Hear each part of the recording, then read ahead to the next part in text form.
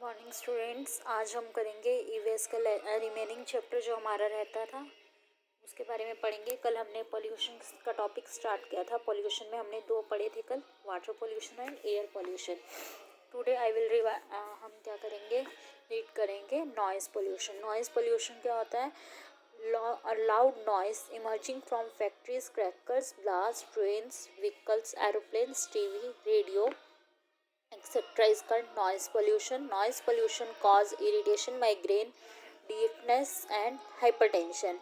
वो कह रहे लाउड नॉइज क्या होता है? जो हम तेज आवाज़ अमर्ज निकलती है कहाँ से? फैक्ट्री से, क्रैकर्स यानी कि पटाखे वगैरह हो गए, ब्लास्ट कुछ फूटता है, ट्रेन की आवाज़, व्हीकल्स की, एरोप्लेन्स की, टीवी की, रेडियो की, ये सारी चीज़ें क्या नॉइज़ पोल्यूट करती है। नॉइज़ पोल्यूशन कॉज इरिटेशन, इससे क्या हो जाता है? इरिटेशन होती है, माइग्रेन सर में दर्द होता है, डीफनेस बहरा हो जाता है बंदा, और हाइपरटेंशन टेंशन क्या होती है? बढ़ती हैं।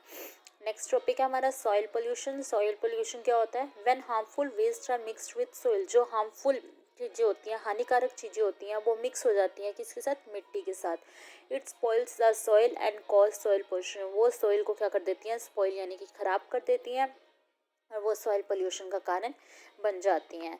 Anything that is left over and not used in throw as waste, कोई भी चीज़ छोड़ देती है, कोई चीज़ यूज़ नहीं होती, वेस्ट कहाँ पे? मिट्टी के अंदर छोड़ देते हैं, उससे भी हो जाता है। These waste can be from our comes factories and agriculture fields, और वो कहाँ से आते हैं? फैक्ट्रीज या एग्रीकल्चर फील्ड से आते हैं।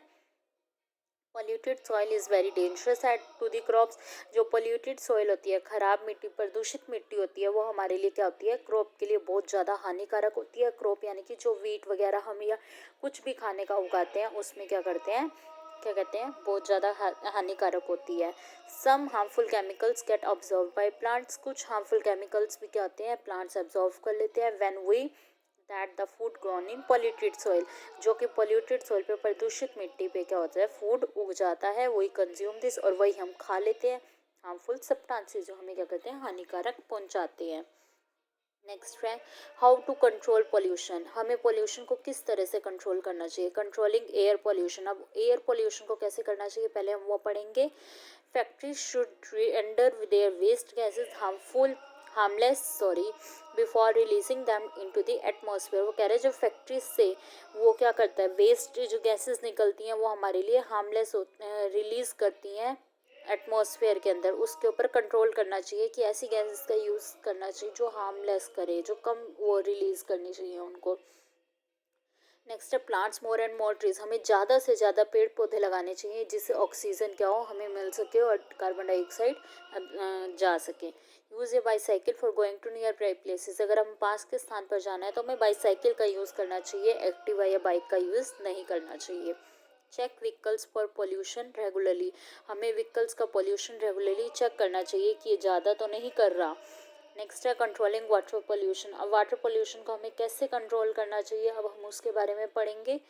Waste water from homes should not be allowed to enter into wells and other drinking water sources, वो कह रहे हैं वेस्ट पानी जो हमारे घरों से निकलता है वो कभी भी हमें बाहर कुओं में क्या अलो नहीं, मतलब जाने देना नहीं चाहिए, या फिर अदर ड्रिंकिंग जहाँ पे पीने के सोर्स हो वहाँ पे। Do not throw plastic pack bottles, metal cans etcetera in water sources, पानी के सोर्स में मतलब नदी में या कहीं पे भी हमें कभी भी प्लास्टिक पैक बॉटल या फिर कोई कैन, मेटल का कैन नहीं फेंकना चाहिए जिससे कि क्या हो, पानी खराब हो।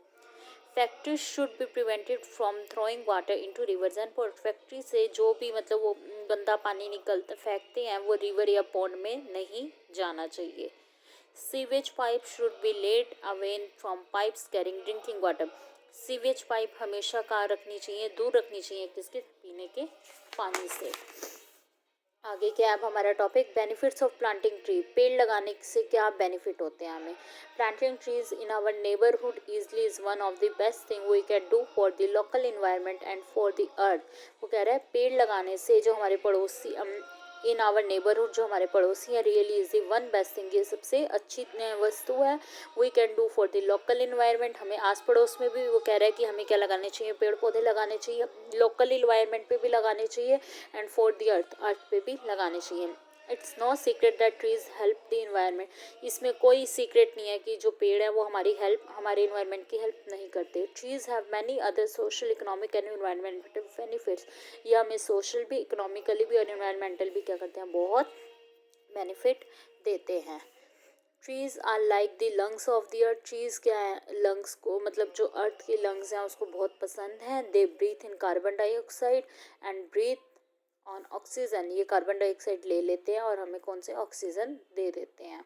Additionally they provide habitat for bird and other wild life. ये बर्ड्स और अदर वाइल्ड लाइफ के लिए भी क्या है, बहुत ज़रूरी हैं।